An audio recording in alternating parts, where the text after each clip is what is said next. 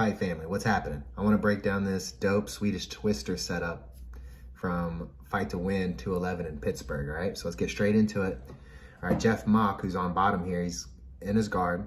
Watch him look to transition to the sweep, puts the guy down, goes straight to knee on belly. Look at that, just switch over to the opposite side to get to mount, right? So he's got the advantage on one side and he jumps over to the other side to get to mount with both of his legs underneath. Beautiful. All right, now look at this gift wrap that he's using to transition to the back. All right, so he pretty much had his arm wrapped around him so he could use it to force his opponent to give him the back. He gets this leg ride right here, or truck, whatever you want to call it. And so he's got leg control and opposite arm control, okay?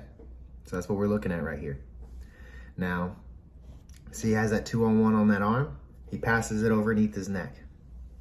So he's looking for a twister here. Right now, if he essentially just went straight for his neck, it would be a traditional twister.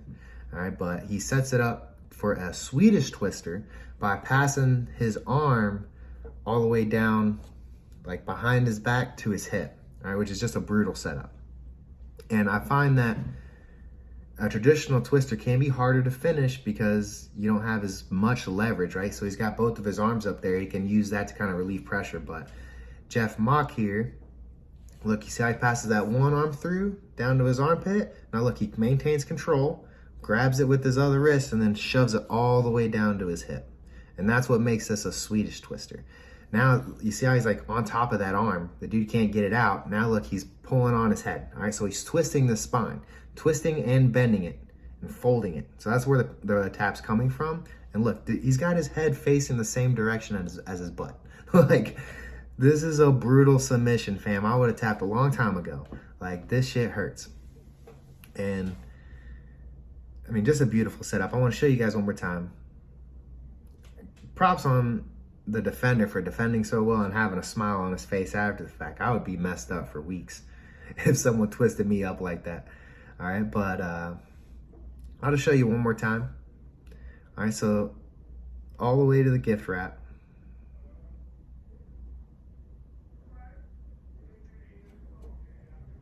So you see how he has two grips here, one on one wrist and the other on the other wrist in a gift wrap position so he can expose the back. All right, now look as he locks up this leg ride position, or the truck if you want to call it that. All right, so he has the triangle on one leg and he's looking to control the opposite arm. All right, so this is going to give him beautiful control. And now what he does is he goes 2-on-1 on that hand and he passes it first over his neck. So watch as the camera angle switches. So you see, he passes it right over his neck. All right, now he could go for the twister here, but his opponent still has both of his hands in the mix. So what he's gonna do here, like if you see, he's like trying to fit his hand in there and he realizes he's gotta make some adjustments. So he's gonna sit here and fumble with the grip. So and his opponent is extremely trapped with this triangle lock grip. You can see him trying to wedge the other foot in there, but Jeff here has him really good. All right, now watch this. See, he's able to create that little bit of space there, and now gets his arm all the way through, but he doesn't let go of that hand just yet. Look at him, he's got it like this, and he's just waiting to really pass it down. And the reason for that is so that his entire body is now on top of that arm, and his opponent can't use it to defend the twister any longer. You see how he's only got one hand versus his two hands? And now he's got his whole head like wrapped all the way around. So he's twisting and bending his spine. All right, so this is a spinal compression submission. And yeah, that is just straight up brutal.